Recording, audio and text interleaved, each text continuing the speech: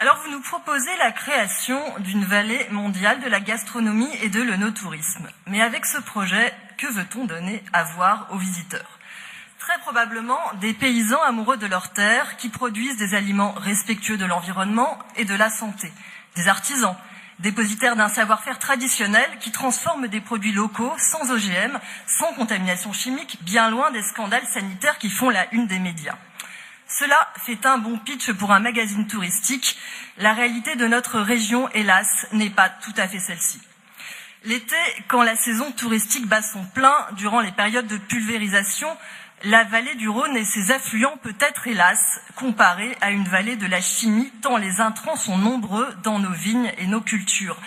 Et il ne fait pas bon passer ses vacances près d'un vignoble. Chez moi, en Ardèche, certains riverains quittent leur maison quelques jours le temps des pulvérisations.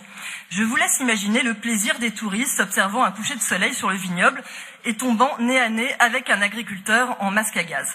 Je ne parle même pas de la pollution des rivières et des produits eux-mêmes que nous voulons mettre en valeur.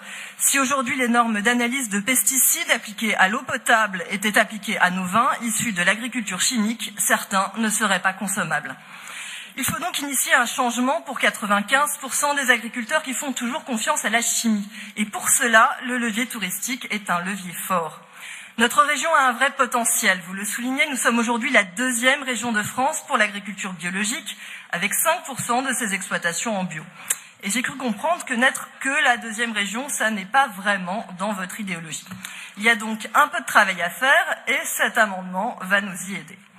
Nous avons le potentiel, notamment grâce au tourisme, de transformer nos produits phares comme le vin en produits pour des consommateurs avertis du XXIe siècle. Le XXe siècle, le siècle de la chimie, est derrière nous. Et c'est avec des projets ambitieux, en s'appuyant, tant qu'il en est encore temps, sur le tourisme, que nous pouvons créer le changement.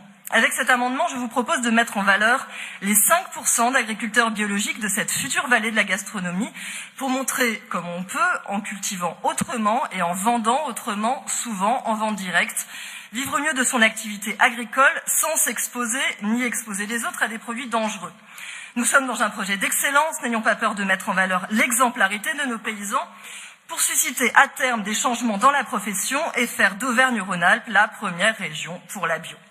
Nous ne pouvons oublier non plus dans cette délibération d'inscrire des critères pour faire de ce tourisme un tourisme écologique et durable, en favorisant les circuits courts, les mobilités douces et les restaurateurs et hôteliers indépendants plutôt que les grands groupes.